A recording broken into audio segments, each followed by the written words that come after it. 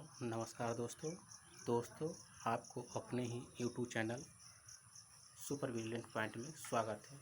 दोस्तों आज हम लोग ट्वेल्थ क्लास का मैथ एनसीईआरटी को देखेंगे, जिसमें से ब्रांच ऑफ अलजेब्रा ये मार्क्स पूछता है हमको 13 नंबर का। सबसे पहले तो हम समझेंगे कि सारणी डिटर्मिनेंट्स क्या है, सारणी क्या है।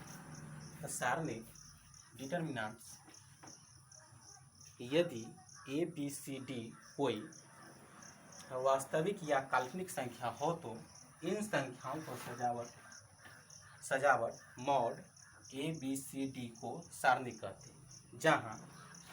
जहाँ ए बी सी डी बराबर, इसको तिरछी गुना करेंगे मतलब ए से गुना करेंगे डी में तो ए डी, और इससे इसमें गुना करेंगे तो बी सी होता है। नोट देखते हैं कि सारणी को डी या डेल्टा से सूचित किया जाता है। अतः डी बराबर mod A B C D बराबर A D minus B C. अब एग्जाम्पल में देखते हैं कि मान निकालें 3, 7, 2, 18 का मान निकालें।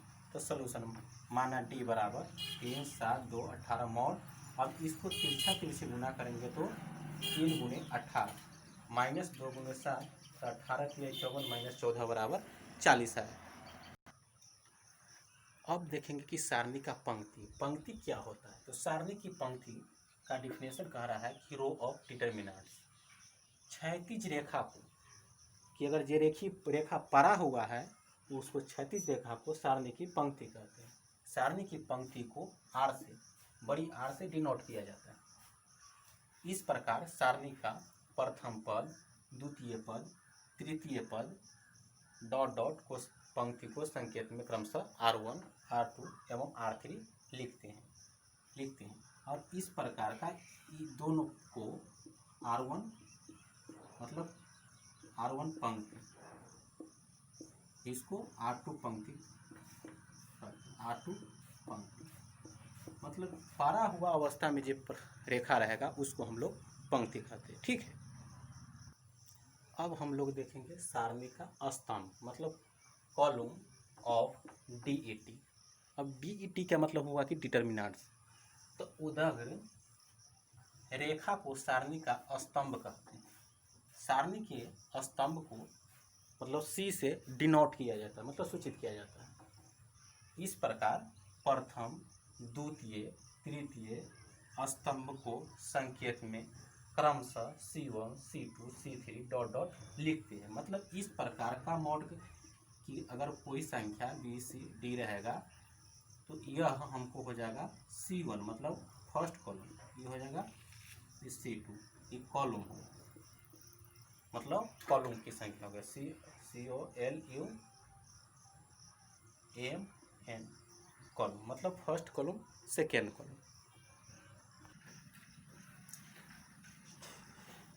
अब नोट में देख रहे हैं कि सारणिक संख्याओं का एक वर्गाकार सजावट है जिसमें रो की संख्या तथा कॉलम की संख्या समान रहेगा। कि अगर 2 रो होगा तो 2 कॉलम होगा, अगर 3 रो होगा तो 3 कॉलम होगा।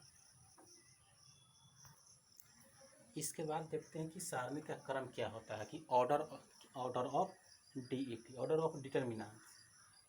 तो यदि सारणी के एम्बा रो तथा एम्बा कॉलम हो तो इस सारणी को एम्बे क्रम की सारणी कहते हैं, जहां प्रथम एम रो की संख्या को दर्शाता है और द्वितीय एम कॉलम की संख्या को दर्शाता है।